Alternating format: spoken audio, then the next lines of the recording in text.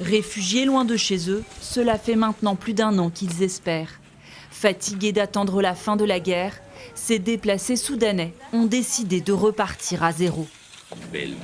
J'ai commencé à construire avec des matières premières locales, telles que l'argile et les briques.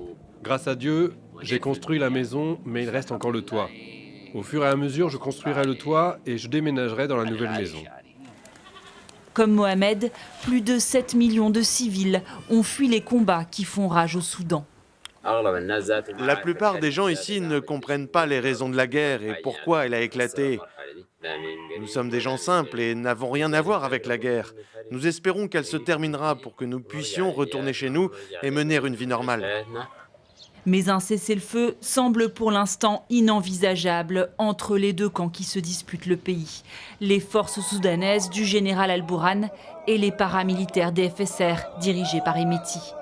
La situation humanitaire déjà catastrophique s'est encore aggravée ces dernières semaines en raison de pluies torrentielles, engendrant une 2e vague de choléra. Seule éclaircie, timide, l'annonce de la réouverture de 2 axes clés pour acheminer de l'aide humanitaire au Darfour et dans d'autres régions. Des vivres notamment destinés au camp de Zamzam où l'état de famine a été déclaré début août.